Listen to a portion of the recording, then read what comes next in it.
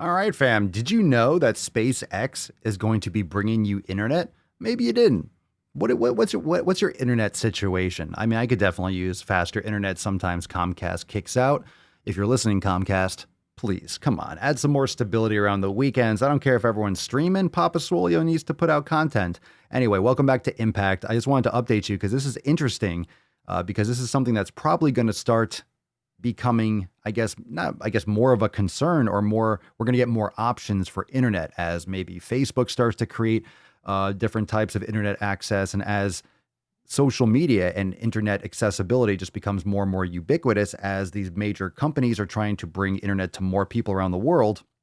You're going to start getting more accessibility in areas that maybe you can never get internet access to before. So SpaceX prices Starlink satellite internet service at $99 per month, according to email.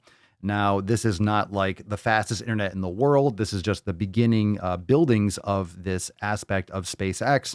But I found it interesting and something to keep an eye on. SpaceX is expanding the beta test of its Starlink satellite internet service, sending emails on Monday to people who expressed interest in signing up for the service. So kind of like an early access. Called the, quote, better than nothing beta test, according to multiple screenshots of the email. The service is priced at $99 a month plus a $499 upfront cost to order the Starlink kit. That kit includes a user terminal to connect to the satellites, a mounting tripod, and a Wi-Fi router. There's also now a Starlink app listed by SpaceX on Google Play and Apple app stores. Quote, as you can tell from the title, we are trying to lower your initial expectations, the email said. Expect to see your data speeds vary from 50 megabytes per second to 150, and the latency from 20 milliseconds to 40 over the next several months as we enhance the Starlink system. There will also be brief periods of no connectivity at all. So obviously don't go throwing out your internet routers currently, but this is just obviously, hey, we need some more support. Let's start applying this. And for those of you that are interested in this type of new technology, this can be great for places that don't have great access, that are maybe in wooded areas, that are maybe a little bit more off grid. You can still get access to the internet where you don't have any hard lines. You can get it via the satellite. The email sent to an unspecified number of users marks the launch of SpaceX's public beta test of the emerging internet service. For the last few months, SpaceX has conducted a limited private beta test with employees, which the company has said showed strong results in both latency and download speeds, key measures for an internet service provider. Those who received the emails would have filled out a form on the Starlink website, which asked for potential subscribers. Elon Musk's company posted that form in June, and less than 2 months later, they said that nearly 700,000 individuals had indicated interest in the service. Their plan is to build an interconnected internet network with thousands of satellites designed to deliver high-speed internet to anywhere on the planet. The network is an ambitious endeavor, which SpaceX has said it will cost about $10 billion or more to build. The company's leadership estimates that Starlink could bring in as much as $30 billion a year, or more than 10 times the annual revenue of its rocket business. So this is an interesting kind of offset, maybe just to add, from a business standpoint, some more insurance to the rocket business. But obviously they goes hand in hand. You send these satellites up into space, and then it's providing internet service. To date, SpaceX has launched nearly 900 Starlink satellites, a fraction of the total needed for global coverage. But of course, this is just the beginning. Just thought it was an interesting story, just because when you think about building a business, and a lot of you are building a business online, you follow Swolenormous Pro because, on the Procast and here on Impact, we talk about technology and new ways to deliver content and where the attention goes.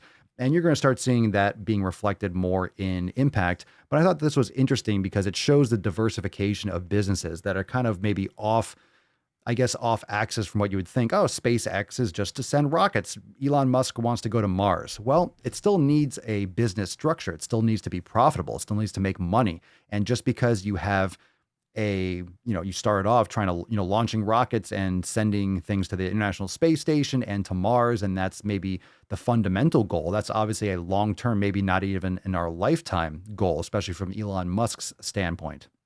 Is that going to happen in the next 50 years? It's unlikely that we're going to get a human to Mars, but it's possible. It's possible.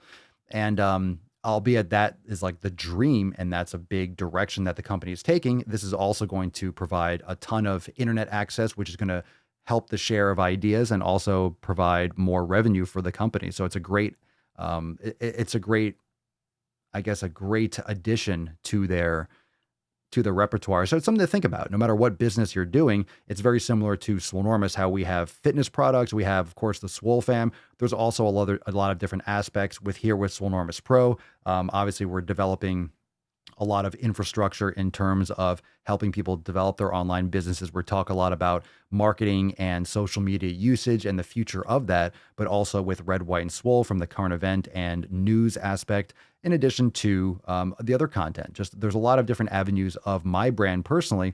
And the Swolenormous brand, that's obviously the overarching umbrella, which all this falls under. But it's just that kind of diversification.